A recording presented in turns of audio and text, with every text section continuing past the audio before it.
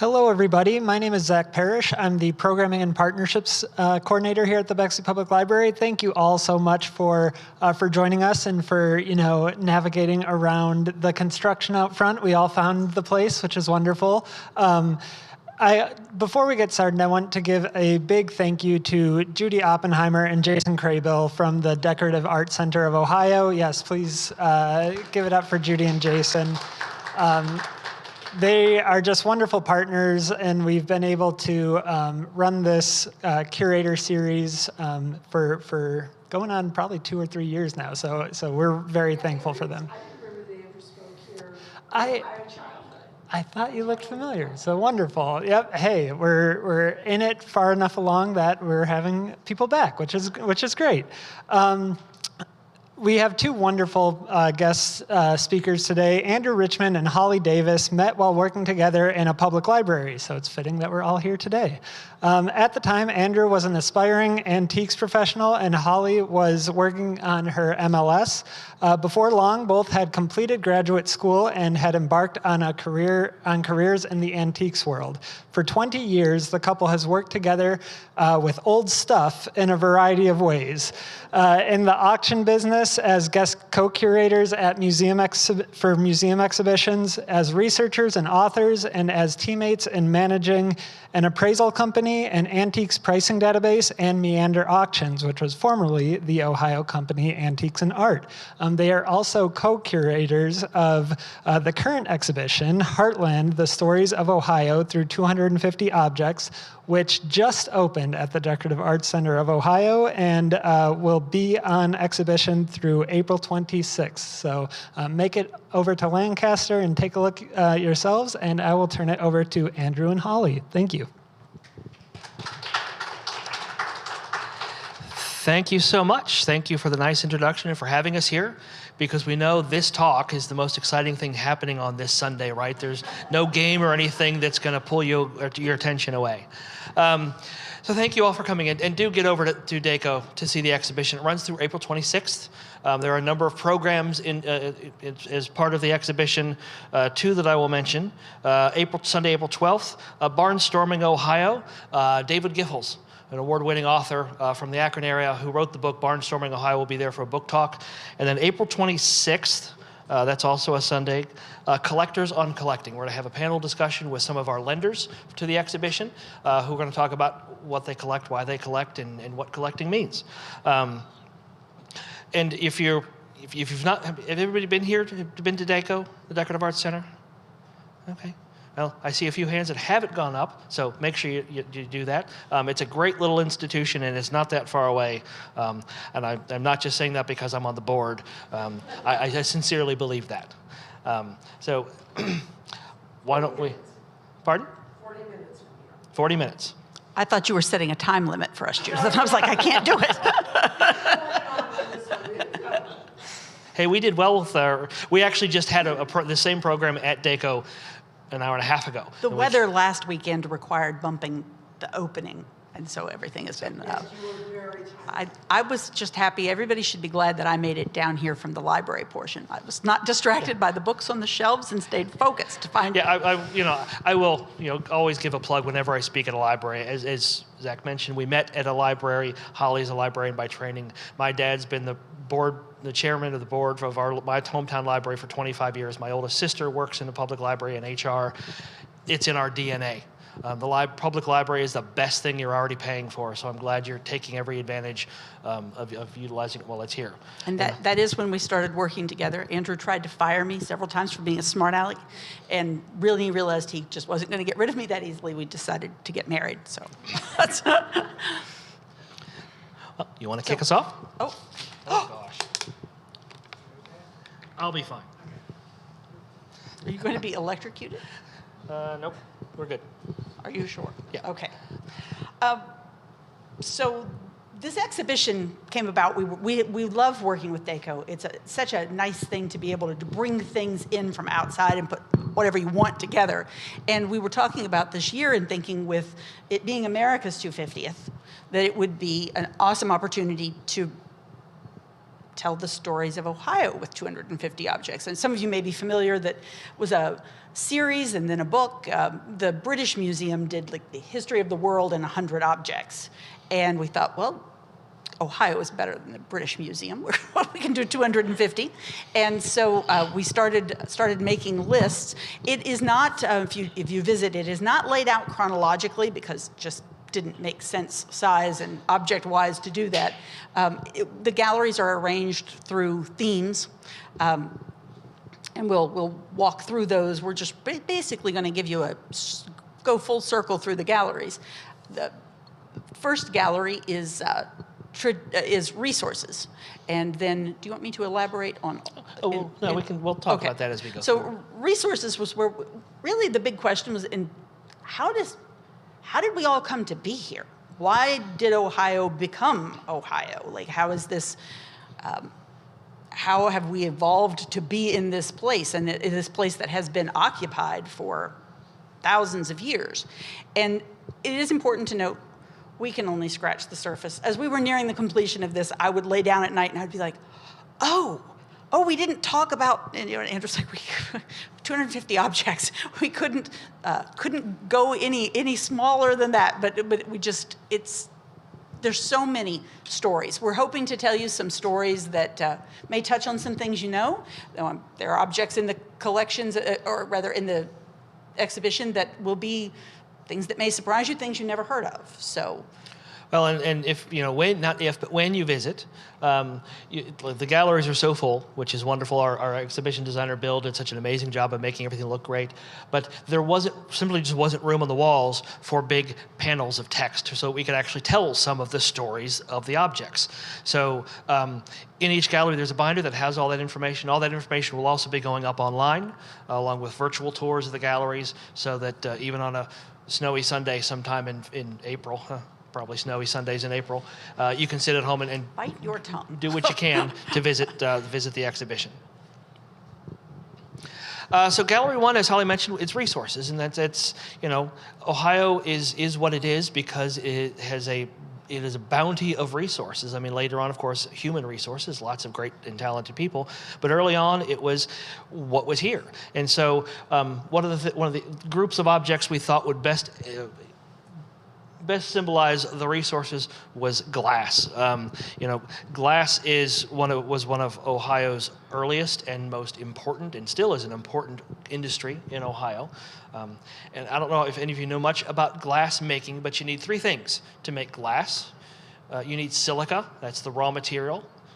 And then you need fuel, something to put in the furnaces to melt it down and then allow you to shape it into what you want. And then finally, once you've made that thing, you need some way to get it to market, to get it to your customers. And so, in terms of the raw materials, Ohio, again, wonderfully situated. If you dig back into your elementary school education, if you grew up in Ohio and the last ice age and the glaciation, so the glaciers pushed down to the southeast, scraping everything along the way. What they pushed in front of them was a big pile of stuff, and among that stuff that was deposited on the plateaus was silica. Also a lot of clay. That's why we also have a great clay industry in Ohio, but silica was... And then as they melted, they created all of those little rivulets that would turn into an intricate system of waterways. So fuel. Early on, the fuel was trees. Now again, if you grew up in Ohio and took Ohio history, you probably heard the story that a squirrel could cross the state from the Ohio to Lake Erie without touching the ground. It's probably true. The state was 95%, when the first European settlers got here, the state was 95% forested. We're talking, 200 years, 250-ish years. And when they first got here, 95% forested. Settlers landed in Marietta in 1788. By 1890, roughly 120 years later, they had taken that down to 10%. We are today, just to give you context, we're about 30%. So if you can visually try and remove 2 out of every 3 trees you see, that would give you a sense. It was to such an extent, one of the things that I was shocked, one of the reasons we like to do this is because we're lifelong learners, and you're always finding things out as you're doing this. I have a microphone and a little power hungry now. One of the things that I was shocked to find out was that in the early part of the 20th century, white-tailed deer were completely extirpated in the state of Ohio. From about 1910 to about 1925, 1930, there were none. No white-tailed deer and no bobcats. There were other species, of course, also negatively impacted, but those two were completely eradicated until in the late 20s, early 30s, there was a project at Shawnee State Forest that began to reintroduce them. So that's the extent to which the state was deforested and how rapidly it happened. So you can see from this circa 1830 painting of Marietta, you can see the hills are covered with trees. So there's so much fuel for the furnaces. So that was another key thing for glass.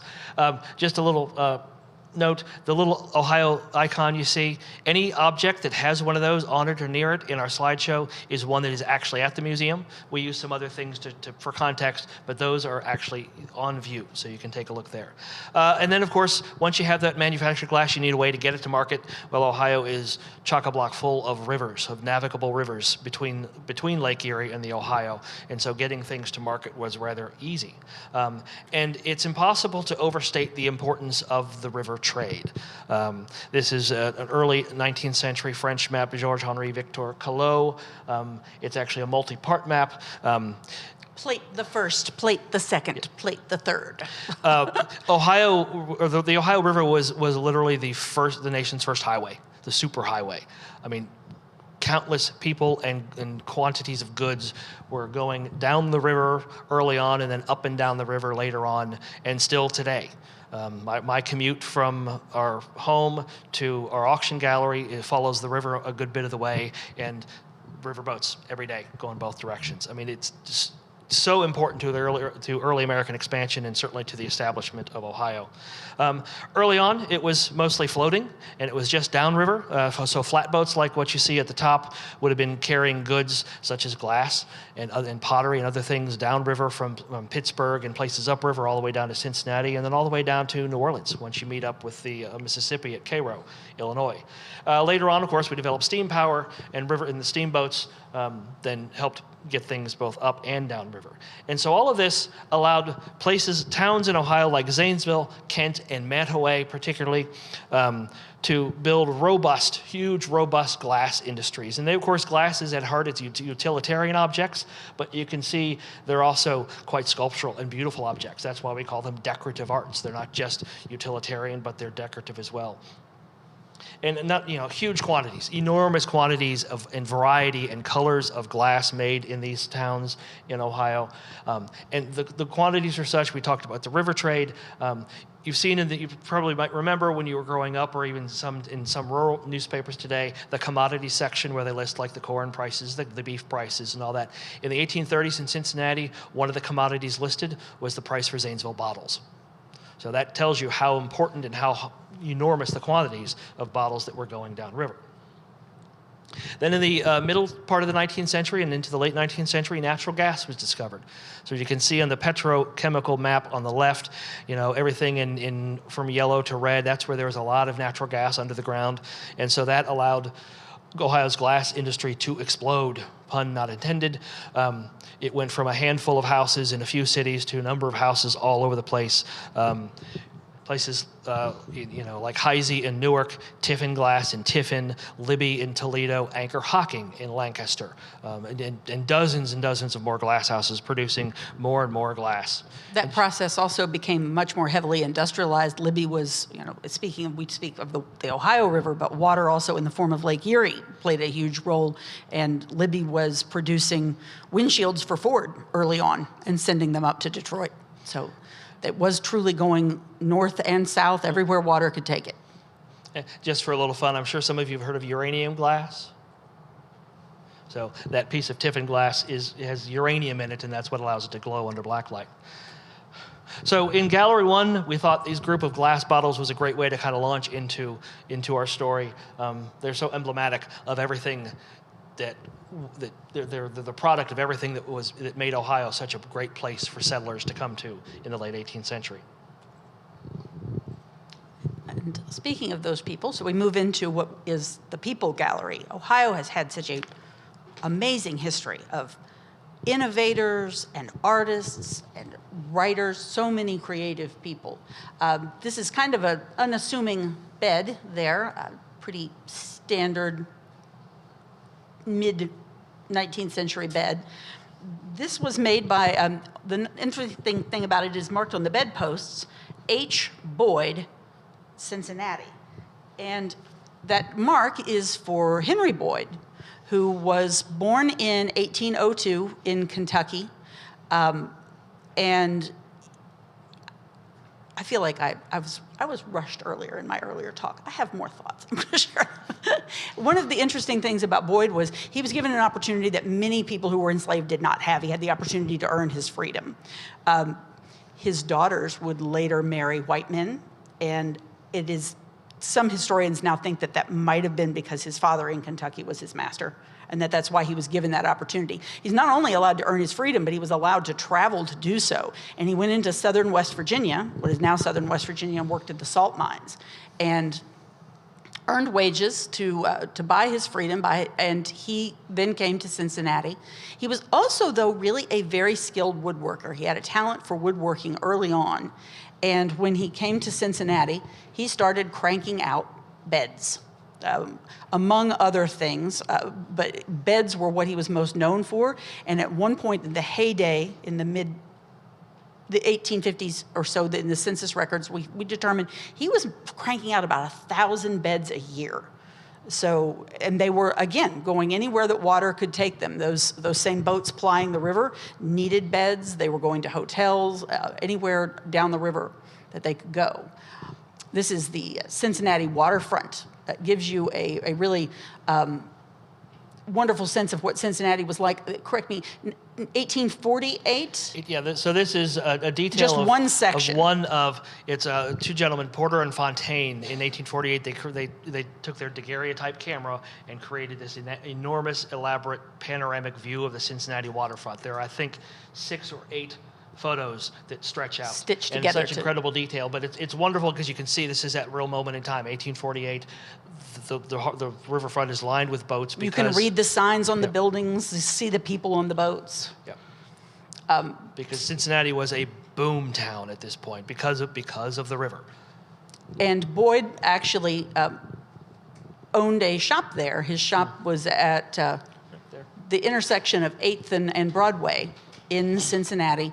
It's actually where there are a couple of courthouse annex types buildings that stand there now, but that was actually, you want to move on to? Yeah. So as part of one of the big industries in Cincinnati at that time, with this boom town, was furniture. But in 1830, Cincinnati was producing more furniture than any other city west of the East Coast. And because of that, it had a very large population of woodworkers and cabinet makers. And in 1830, the journeyman cabinet makers of Cincinnati joined forces, so we're talking early labor movement, and produced a price book. And so this was essentially a standardization of wages for various tasks within a cabinet shop. And that's because the number of cabinet makers and cabinet shops was so large that they could do this.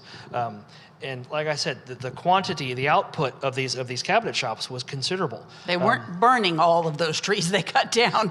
A lot of it was being turned into really at the same time, things. 50% of the furniture they were producing was being exported by river. So when if you ever travel down to the Gulf South and go into some of these antebellum mansions and you see original furnishings from that house, there's a good chance a lot of it was made in Cincinnati. Because one of the leading manufacturers in Cincinnati in the middle of the 19th century, Mitchell and Ramblesburg, in 1855 they opened up a showroom in St. Louis, and in 1860 they opened up another showroom in New Orleans. So huge quantities of really venture cargo of furniture going south, in this period. So how does a man like Henry Boyd get to be making 1,000 beds?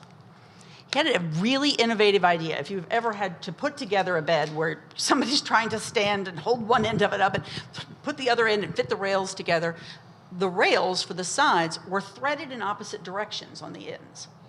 And so when you tightened it in one direction, it tightened at both ends and pulled it together. So he actually, because he was black, he was not able to file a patent. The patent was filed for the bed in 1833 for that style of fastenings. there was very little enforcement. It was very difficult to do. Before very long, lots of people were making it, which is why he moved to stamping his beds. But part of what we were also telling is that this is not just the story of a man who comes to Ohio and makes a go of it. He continued to have a hard time. His shop was burned not once, not twice, but 3 times. After the 3rd time it was burned, he could no longer get insurance to operate a shop. He was revolutionary in the sense that he came to town, and when he first came to town, he couldn't get a job because people were pretty impressed with his work, but if a shop owner tried to offer him a position, the other cabinet makers would threaten to quit. They wouldn't work in an integrated shop. He opened his own shop, and he ran an integrated shop. He employed both black people and white people. 20 to 50 people at a time worked in his shop. And while they were producing this huge volume to send down the river. The other interesting thing about Boyd is we rely so much on oral tradition, and when we talk about the Underground Railroad, but positioned as he was in Cincinnati, lots of people were coming through Cincinnati, going north to Freedom, and there are oral traditions that indicate he was the first stop for a lot of people making that journey. The first house that you got to go to when you came north of the Ohio was Henry Boyd's, and he used his woodworking skills to create some pretty ingenious hiding places. He could conceal closets and things like that, and he did a great deal to continue to help people in the community and to help people who were trying to follow the same path he had followed. All right, so we're going to go from a rather simple, plain bed in this gallery to what is probably one of the most unexpected objects you will see when you visit. But you know what that is? It's a waffle maker, yes. It's a 1970s avocado green waffle maker. Avocado green is very important to Andrew. In this gallery, these are stories of conflict. Now, what the heck does this have to do with conflict? It's not military. What is it? Well, if you look, you might not be able to see it on the slide, but if you look closely on the handle, the sticker says Teflon. So, and again, folks from not near the river may not be very familiar with the story, but for those of us who live down near the river, the Teflon has almost become a dirty word. Teflon was actually invented accidentally. So Teflon, that magical thing that makes your pans nonstick, is a chemical developed by the DuPont company. Eleuthère Irénée DuPont was the first DuPont DuPont family member to come to this country. They were fleeing the French Revolution and landed in northern Delaware in the 1790s, and their initial family business was gunpowder, black powder. So they started making explosives, and they moved on to General Chemicals later on. And this is the Washington Works. This is just outside of Parkersburg, West Virginia, just across the river from Belpre, where we live.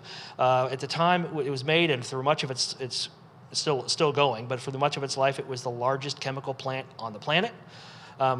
And that's what they were producing here. They were producing Teflon. And one of the reasons why Small bit of trivia. I'm sorry, Andrew, I just noticed in the photo. Small bit of trivia. If you have heard of Blennerhassett, if you haven't, it's a good day trip to go down to the museum. But Blennerhassett Island is that island in the north. And so the Ohio River has a whole succession of islands. Chemical companies like being on the river. In fact, our little stretch of the river is often referred to as Chemical Valley because they're all chemical companies.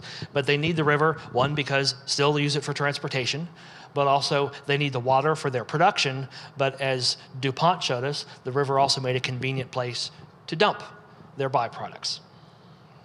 One of the byproducts, so Teflon was discovered accidentally, and one of the byproducts of that process is one of the chemicals involved is a chemical that's most commonly known as C8. We hear about them a lot of times as forever chemicals because they essentially don't have a half-life. They don't break down naturally in any way. And between 1951 and 2003, DuPont put probably 1.8 million gallons of C8 directly into the Ohio River. And that's a huge volume, but that's also, the pollution does not stay local. 5 million people draw their water directly from the Ohio as a source, and that's not even considering the surface contamination. And part of what became known as an investigation was launched into it is that they had known since the 60s that it had significant negative effects. But part of the story is also the process to bring that information to light. Yeah, so they got caught. They got told to stop dumping in the river. So then they started burying barrels of it they would buy up vacant land or at least vacant agricultural land, and they would bury these chemicals until one day one of the local farmers saw his cows getting sick and dying from drinking in the creek. And it took him, nobody would listen to him because it's the biggest employer in the area. So why would they want to do anything that might threaten that? He finally, through a family friend, got in touch with an attorney who worked in Cincinnati, actually worked for a corporate law firm. So normally the guys who are fighting on behalf of the corporations. Taft, what, and Hollister? The big Taft, firm? Stettinius, and Hollister. Yes. One of the biggest firms in Cincinnati. But he decided, it was a family friend. He took a look into it. He was convinced that, in fact, there was some serious things going on. He was shocked by what happened. And his firm actually let him pursue. He got 3,500 people willing to sue. The judge refused to make it a class action suit because the judge wanted them to come in one by one, and they did one by one, and every time DuPont lost. Finally, what compelled DuPont to throw up its hands and settle was at that time, this was 25 years of litigation, of hearings and litigation, is DuPont was planning a merger with Dow Chemical. And they thought, no, there's no way the FTC would allow that to happen if there was this big thing hanging over. So they settled all the lawsuits, but it's still a problem. On our side of the river, that's the nice thing. The good thing about C8 is charcoal filter takes it right out. So our water is charcoal filtered multiple times at the source. But we know lots of people who grew up locally with all kinds of health problems because of C8.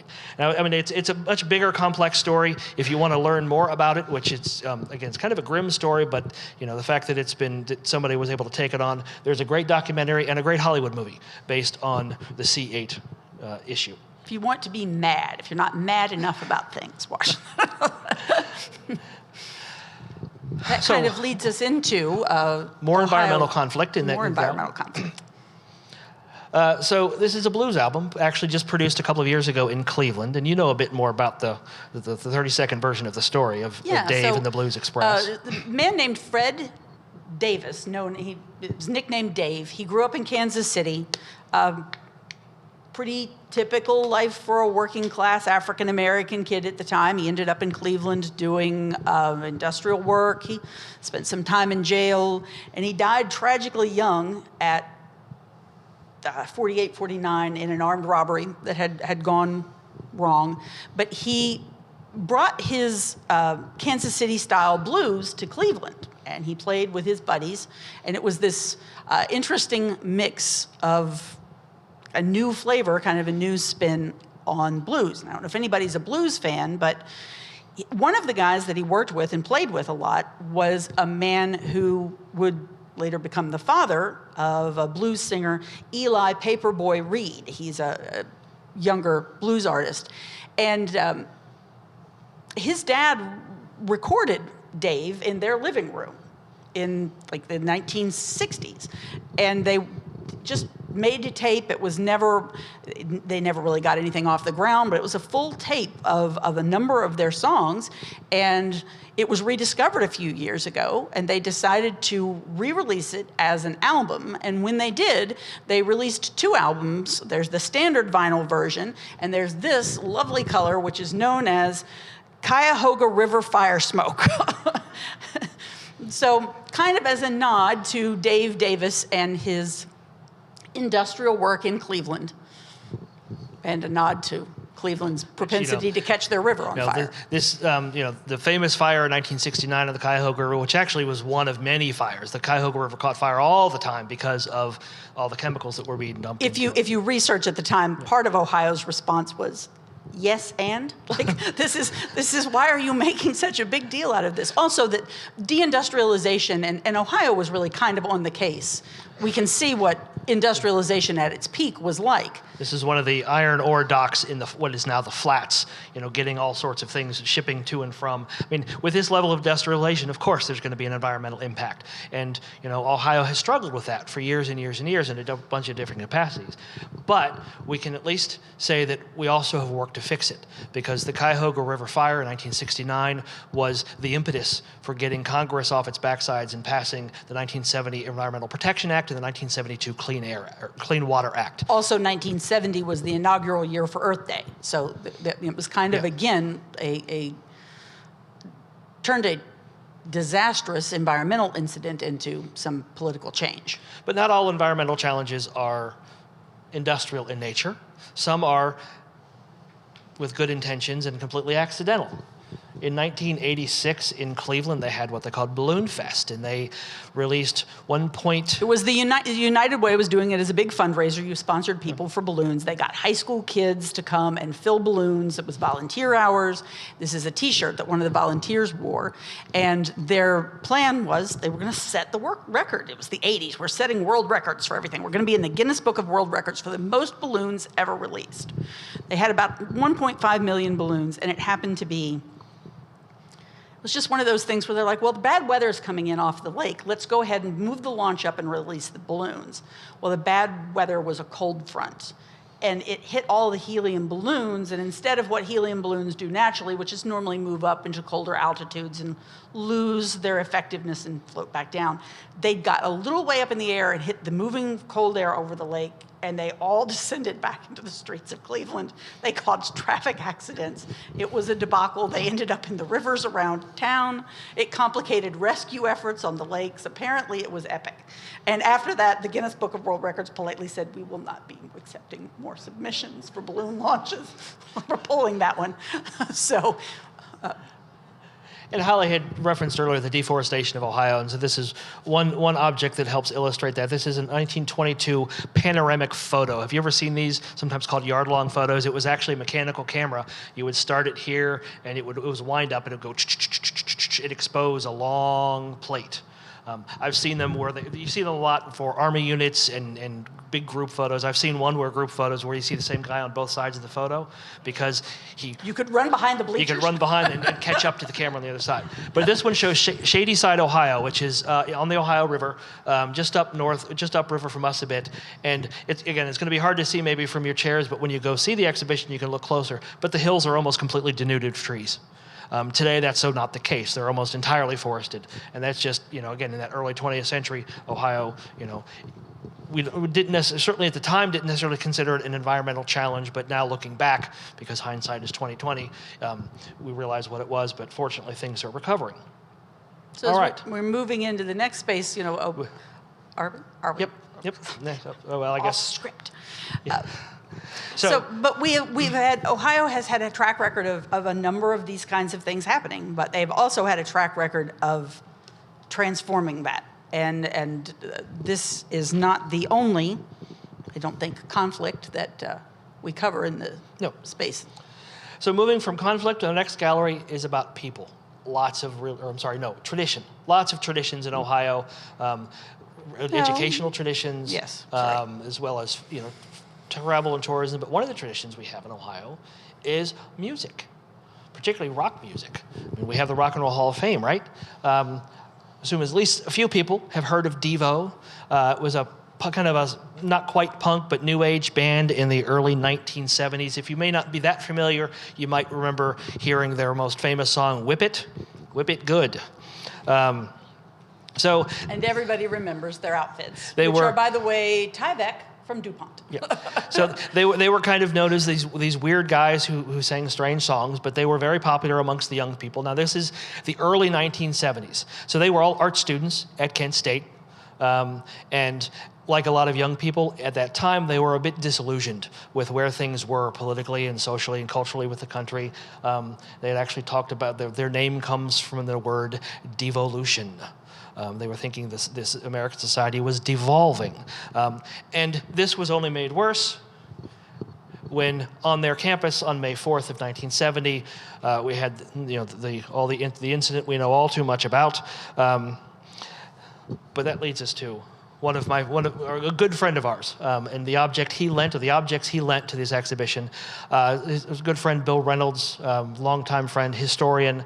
He was an art student as well, so he would have been an art student there with some of the members of Devo. Chrissy Hind was also from the Pretenders, was an art student at the time. It was a really interesting time to be at Kent in many ways, and he needed a place to store his art supplies. So he bought this. He went to an antique shop with his friend. They bought this trunk, and in there is his little freshman beanie. Back in those days, they used to make all the freshmen wear beanies to kind of allow for some allegedly fun, good-natured hazing. So Bill was a member of classes in 1970. He was not on campus on May 4th. He was elsewhere, but he was very much a part of that student protest movement. At that point, we were already at that point where student deferments were no longer really a thing. So he was, he didn't want to graduate, but he was, he graduated, and within a few months, he was in the jungles in Vietnam as a medic. He served there, did a 12-month tour, and then came home.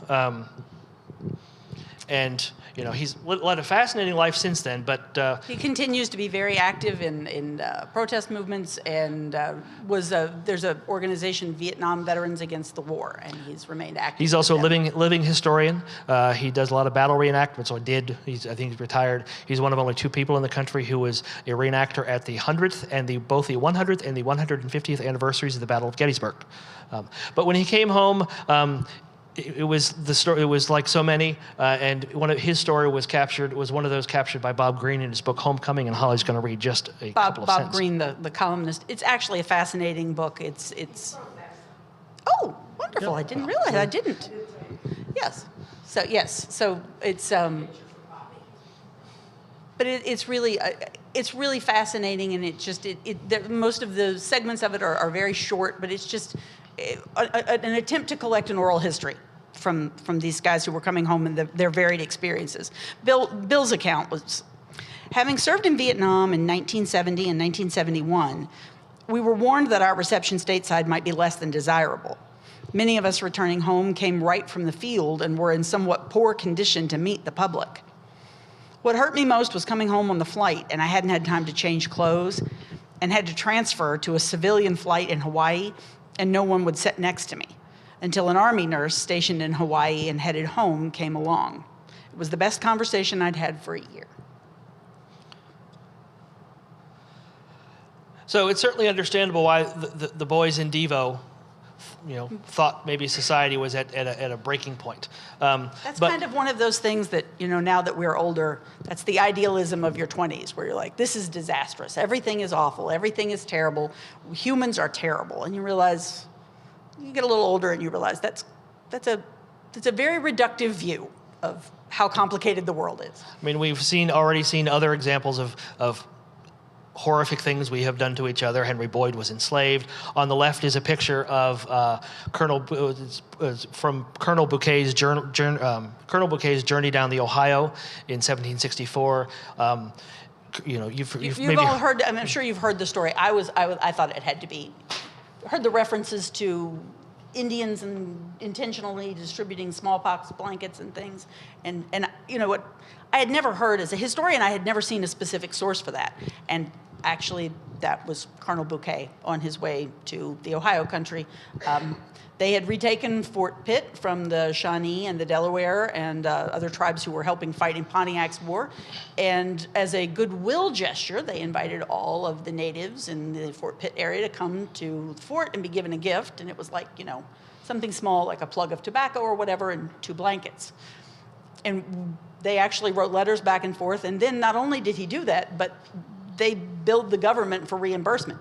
We have the receipt where he said, I need to be reimbursed for the blankets from the smallpox hospital that I gave to the Indians.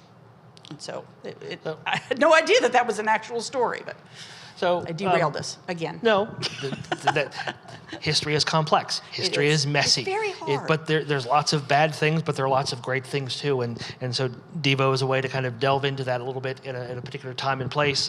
But we're going to wrap it up on kind of a fun note with one of my favorite stories, or clearly my favorite story of this entire exhibition. So this is our last gallery space. It's change. Because the one thing we know, the only constant in our lives is change. So you see that little felt mouse That's the stories about that little guy. So imagine it's 1962. You're John Glenn, a young man strapped into a tiny little capsule called Friendship 7, spinning around the globe at 17,000 miles an hour. And you only have room for one little bag of supplies. So you reach down to get that bag, you open the bag up, and this little mouse floats up. He almost certainly would have laughed because that was a practical joke, played by Alan Shepard, one of the other famous astronauts of those early years. There was a comedian at the time who did this astronaut bit, and one of the things he commented on was all the little mice. The needle mice. Some of you may remember when they were experimenting, during the mice. rocket development program, to test what propulsion and acceleration and all these things did on living creatures, they used a range of animals, including mice. And John Glenn always apparently lamented that all these little mice were shot up into space in the nose cones and never came back. So Alan Shepard gave him a little mouse to take up into space and actually bring back home safely. John Glenn, a hero in many ways. So change, one of the biggest changes, and the one that we see every day, and a lot of it happened right here in Ohio, is the change related to transportation. Of course, we all know the story of these two young men, Orville and Wilbur Wright, in their bicycle shop in Dayton, that became obsessed. Chilly winters and Kitty Hawk. Obsessed with manned mechanical flight, and they spent their winters in Kitty Hawk. And this is one of the most amazing statistics I can give you about how awesome things happened in Ohio. December 1903 was this image here, the first mechanical flight ever of humans.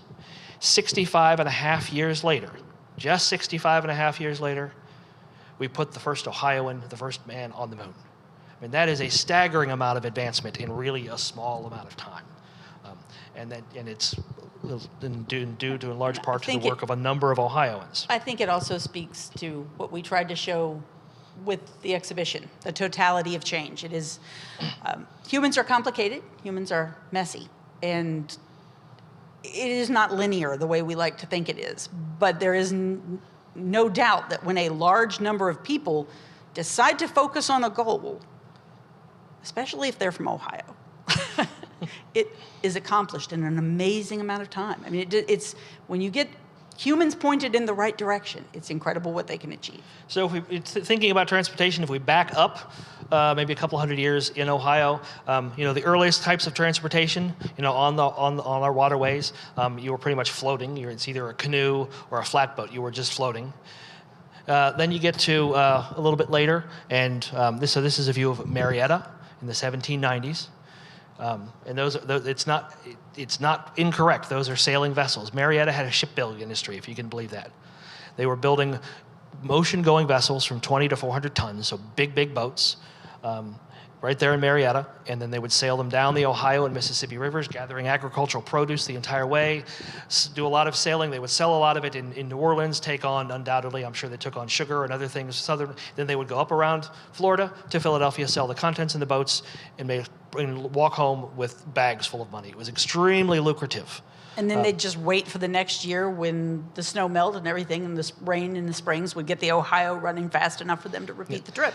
Because before the Army Corps of Engineers started bunking with the river to allow for commercial transportation, but also flood mitigation, in the summer times it was not quite dry, but it was muddy and it was shallow enough that you could walk across it.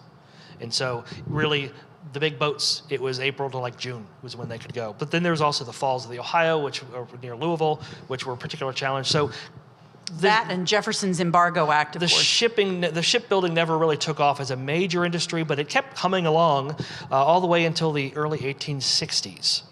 And in 1861, a man named John Roebling completed his bridge across the Ohio at Cincinnati. Now the thing about steamboats, they were made so that their stacks could collapse. You can't collapse a ship's mast. Well, you can, but it gets bad. So that was the end of shipbuilding in Marietta, and really the end of masted ships on the Ohio. But still, we're talking about unpowered, or at least non-mechanically powered water movement. Canal boats, we had two major canals, the Ohio and Erie and the Miami-Erie Canal, that facilitated boats going between Lake Erie and the Ohio.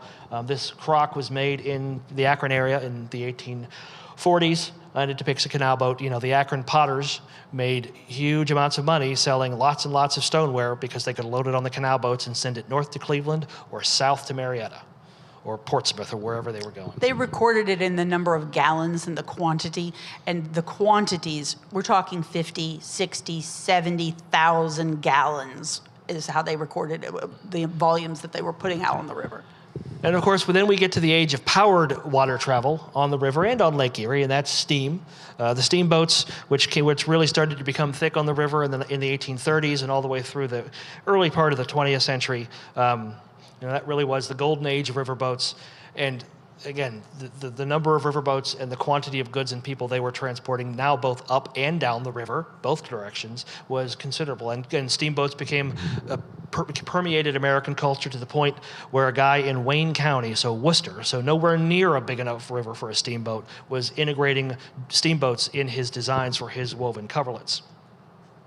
Then from steamboats, we go to trains. This was the next big step in transportation technology. Lots and lots of trains. If you look at a map, and it's hard to see maybe on the screen, it's a railroad map of Ohio. It looks like a spider web.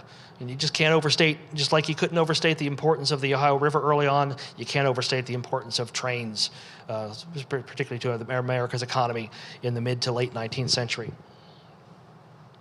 And again, so permeated American culture that the train imagery was everywhere. And then, of course, we get to flight, which we've already talked about. So the advancement of transportation technology continues from trains to planes and other airships. This is the USS Akron. This photographed by Margaret Bork White, built by the Goodyear Blimp Company. Now, there are two kinds of airships right there. The rigid airships, which have a metal frame, and then there are the non-rigid airships, which are filled simply with, well, the Hindenburg was filled with hydrogen, and then they realized helium was better because it wasn't so flammable. This is actually, the photograph is framed in duralumin, which is the metal that they use to build that infrastructure in rigid airships. And automobiles. We don't think of Ohio as a car center. We think of Detroit, but the fact of the matter is, for 40 years, Honda has been building cars in Ohio. So Ohio continues to be a major player in all forms of transportation and transportation technology. And of course, then space. Played a major role in space. So for 200 years in Ohio, we went from walking and floating to flying through air and space. And we can tell that story all because of a little mouse. Right. So it's 250 objects. I am not a native Ohioan, but I have come to love Ohio as such a remarkable place. So many people doing so many interesting things. And how we kept it to 250 stories, I can't begin to tell you. We wrote about 38,000 words, so I hope that you will have time to come and see the exhibition and see some of the additional content. But that's really the story that we wanted. I told Andrew, if it happened in America, it happened in Ohio. In some shape or form, everything. There's a reason that we are the Heartland. And it's just an honor to tell those stories. And we are happy to take any questions if you like. Absolutely.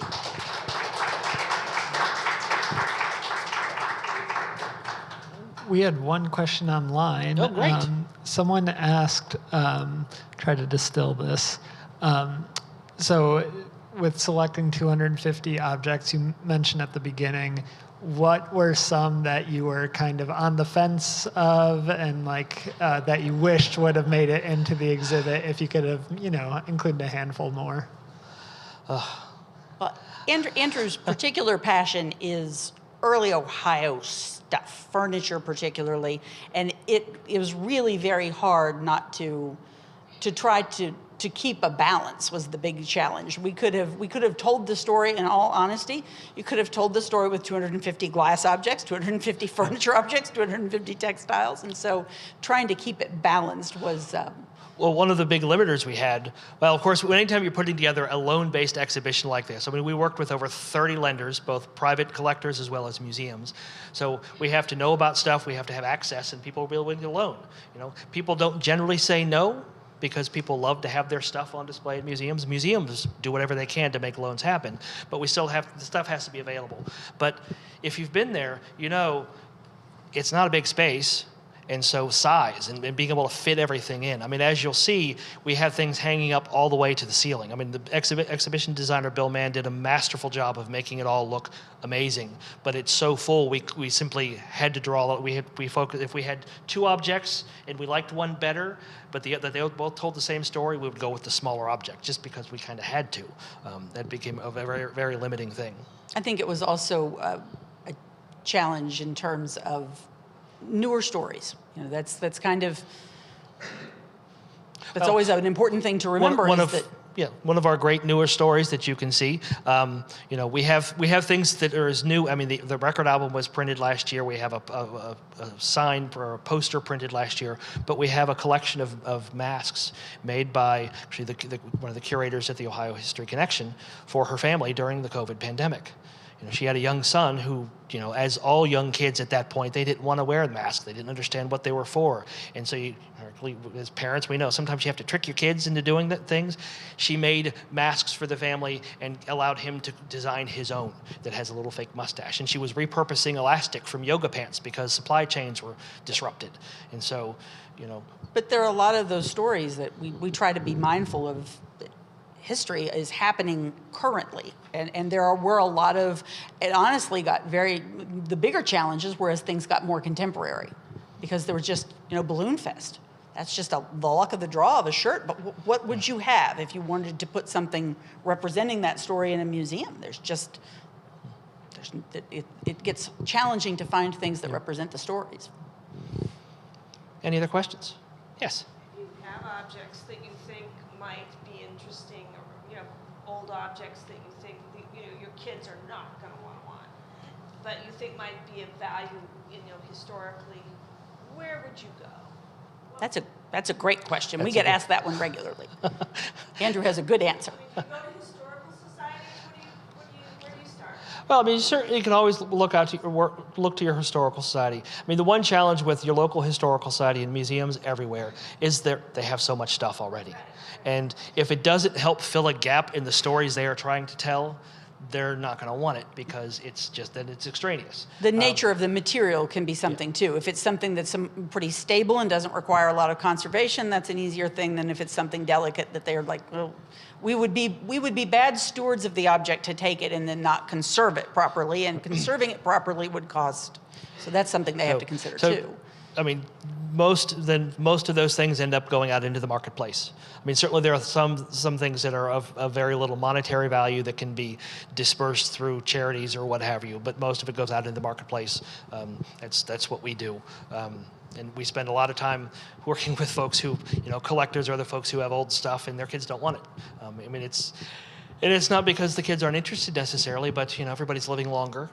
So, you know, we both still have parents alive and we're in our 50s. And so, you know, by the time our parents are gone and we have households to absorb, well, we're thinking about downsizing ourselves. We don't want to take on all this more. So we're in this interesting time where an unfathomable quantity of stuff is going to be put out into the world over the next 10, 15, 20 years as the baby boom generation dies and downsizes. That is one of those stories that we kind of touch around the edges of here, but also in the exhibition. Like that wave of production, post-war wave of production, what goes up must come down, and it all went out into the world, and it's all coming back now. And so that is a real challenge. But specifically for you, I'm happy to give you a card before you leave, and we can have a conversation, email or by phone, to talk about how to handle some of that. Yes, ma'am. I was wondering how long it took you to put together this exhibition, and as the curators of it, are you even physically responsible for getting and returning the pieces to the owners? That's a great question. It is a great question. About the logistics of doing an exhibition. So from that really varies from place to place and size of the exhibition to size, but like we started planning probably about 18 months ago, and then which in museum world is bigger museums. Sometimes the timeline sometimes the timeline is 3 to 6 years, kind of things for bigger institutions. We do transport some of it. Sometimes that's the nice thing about having friends who help you with these sorts of things. Sometimes people are like, you know what, I have to go to Columbus to see my attorney. I'll bring it by when I'm over that way. Or they trust us to transport things. It's a logistical challenge. 250 objects coming from literally every corner of the state. We had a couple of objects come from far out of state. I mean, I made a trip to Williamsburg to pick up a couple of things. One of my favorite objects that didn't get into the slideshow, Jason very graciously last week, I was like, I am not accepting. We just can't cut this object. You have to go and get it. And so Jason basically gave up an entire day and drove up to Cleveland and returned with a bust that would fit in a bread box, just about. But that's because he's kind and generous. Yes, I mean, so then after the show closes up, then we got to do that in reverse and return everything. I mean, it's a logistical challenge, but that's, you want to tell big stories like this, and you want to do it with real oomph, then that's what you do. You do what you got to do to make it the best show you possibly can. And then how would you even know where to source these objects? Well, that's because we work in the antiques trade. We know a lot of collectors, and that helps a lot. So we've sold some of these things we've sold to those people. And collectors are some of the most generous people. They are sort of like book people. They have found things they love, and they want other people to love them too. And they will. Usually, the answer is not just yes, you can have that, but the answer is, what else would you like? Do you want to come by the house, have lunch, and look around? And so, we had a couple of people who started off as clients and have become friends that have really, truly just threw the doors open and were like, would you like that? Would you like that too? We can make sure we can take that down. And museums do that as well, almost invariably. Yes. But museums have a process, and sometimes that process is pretty short if it's a small museum, but the bigger museum, the bigger the process.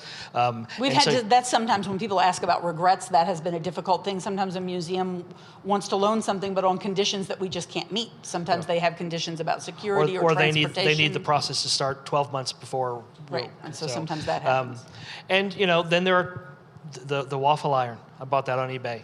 I could have probably found some waffle iron on eBay. Okay. I could have found a lot of those small, more common, more recent things. I could have found those maybe in museum collections, but I could have spent days and days and days looking, and then we have to organize transportation. I'm like, well, I can just spend $20 on eBay and have it shipped to us, and it's there. And as an auctioneer, it will just quietly go away again at some point. Coming to an auction house near you if you have been missing your avocado green waffle iron.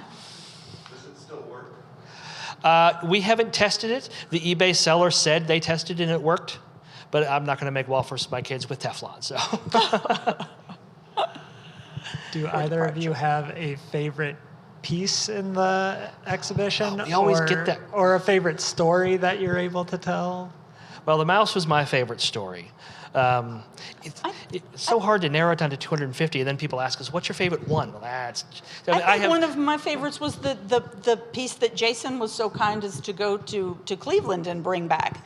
There was when we were talking about trying to put it together and create a balanced portrayal of things, we knew that there were things we didn't know.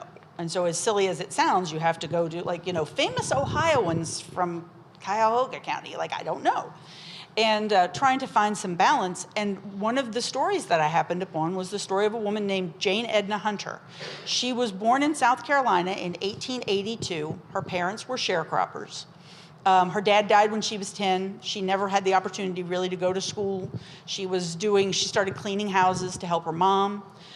When she was 14, she did get the opportunity to go to school.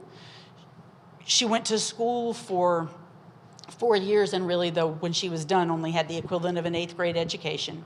She was kind of, as a lot of young women were at the time, she was forced into what sounds like a pretty difficult marriage to a man who was 30 or 40 years older than she was. And those details she left in her past, but she got free. And around 1900, she moved to Cleveland. And as a young black woman in Cleveland, she couldn't find rooms in a safe, clean place. There was no place that would rent a room to a young, single black woman. One of the first places she stayed it was also sort of halfway a brothel. And she met other young black women in the city working jobs as secretaries, doing whatever they could, trying to do the same thing she was doing. And they formed what they called initially the Working Girls Society. They had a meeting. They pledged to give a nickel a week, and they just set about tackling this problem. And before very long, they renamed themselves the Phyllis Wheatley Association. You may know Phyllis Wheatley was an African American poet in the Boston area in the Revolutionary times. And she just, fast forward, by 1925, Jane Edna Hunter had passed the Ohio bar. She had gotten involved in real estate in Cleveland. She was approaching wealthy industrialists. It was the progressive era. They were looking progressive reforms. A lot of their wives really viewed this as a favorable project. And ultimately, she raised nearly $1 million and created an 11-story building that for decades served as housing for young black people moving, young single black people moving to the Cleveland area who just needed someplace safe and affordable to stay. And it they continued. offered music lessons, It operated daycare, kind of like, an early boys art and girls classes, some job training. And it was really amazing. Affordable daycare, and they have since transitioned because the need for that kind of housing is passing to some extent. And they've since transitioned to being a community to care for, to offer elder care. But this is just this great story of this person who came to Ohio and grabbed the opportunity that it offered her with both hands and turned it into this success story. And not only her own success was very modest. She had a little house that was next to the PWA, as it's known, but she poured herself into not just making her own life better, but she got herself stable, and then she turned right around and immediately started to try and make life better for other people. And it's just such an admirable story of somebody that is largely overlooked. And those were the kinds of things that we wanted to pull together and tell people about. Any other questions? I think that's a lovely story to end on for this exhibition. Well, thank you all so much again for coming. Thank you, Andrew Richmond and Hollie Davis. Thank you.